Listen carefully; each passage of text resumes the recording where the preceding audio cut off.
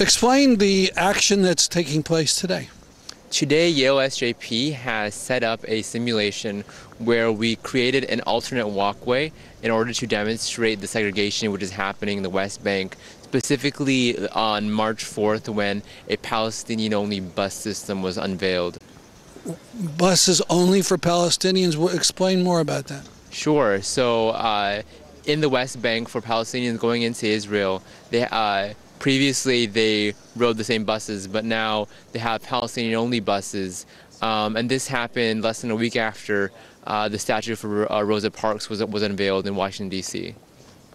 And what is the reason they're giving that there's buses only? Do they say it's only for Palestinians? So the buses for Palestinians are only for Palestinians. They say that Palestinians are not forced to use these buses, but because of aggressive Israeli security measures, the effect is that Palestinians have to use these buses.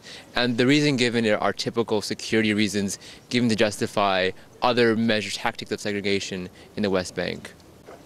So what are you doing here today? Could you give some more details about this? First, maybe you could Sure. see the path. So to me, it looks like you have a path for Palestinians. Doesn't look as nice as this paved path for the Israelis, but that's my impression. What are you trying to get across? Yeah, so our main point is that segregation is wrong and unequal, and we really want to make the connection because our country has this long history with segregation, which we overcame, and what we wanted to show is that segregation here is happening in the West Bank, where we have Israeli-only facilities and Palestinian-only facilities.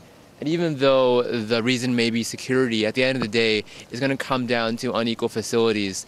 And because of the inequality between the two options for Israelis and Palestinians, you will have inequality, racism, and this can't go well. And so we're drawing the connection on our flyers between the words of Dr. King about segregation and what's happening in the West Bank.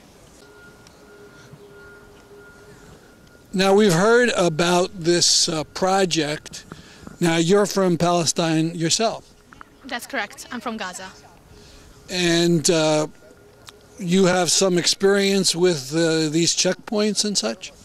Gaza is a different case when you compare it to the West Bank. Our problems are kind of a little bigger. For example, we have problems leaving and entering the city freely. I don't know if you probably have heard about the border closure that's been going on for years, and the lack of supplies that are entering into Gaza, and the lack of fuel, and a bunch of other things that could potentially disrupt the society and cause an economic downfall. So yeah, I've had that kind of experience. When was the last time you were in Gaza? That was a year ago, but before that, 2.5 years, and then before that I was living there. It's really hard to go home, and there are times when I have not seen my brothers for 7 years and more. So it's kind of misleading to just say, oh, I've seen my parents only last year. And it was really hard for me to come back outside due to the border closure and such. Where did you come out of? Through Egypt? Yes, that's correct. It's kind of really hectic to use that particular pathway. I mean, describe it. Do you have to wait a long time? Very much so. I have to fly into Cairo, and from there I have to take a bus ride to the border of Rafah, and then border of Rafah literally takes an entire day to cross. So it's a very long journey and very tiring, and then sometimes you're even turned away and you're not allowed to go through. So it's definitely a challenge for a lot of Palestinians. Have you been turned away in Rafah? No, but my brothers definitely have been turned away before, and hence the reason why we haven't seen them for years.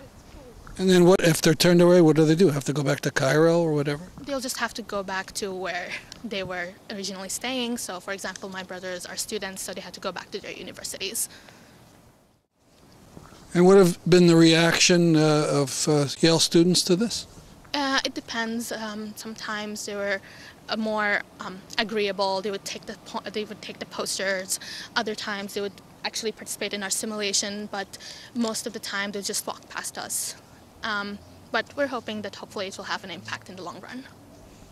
Now, if I might ask about another thing, there's been reports of anger at Arabs or people perceived as Arabs since the bombing in Boston. Has there been anything like that around Yale? It's very difficult to say yes to this question, but when I traveled to New York, I definitely was scared when I was at the subway. I was worried someone would push me down like the subway track when a train is coming, like what happened to the other Muslim woman. So, and being Arab and feeling this kind of fear, it just made me realize how much potential hatred there could be inflicted by the people as a reaction to the Boston bombings. Thank you very much. You're welcome. Thank you for coming.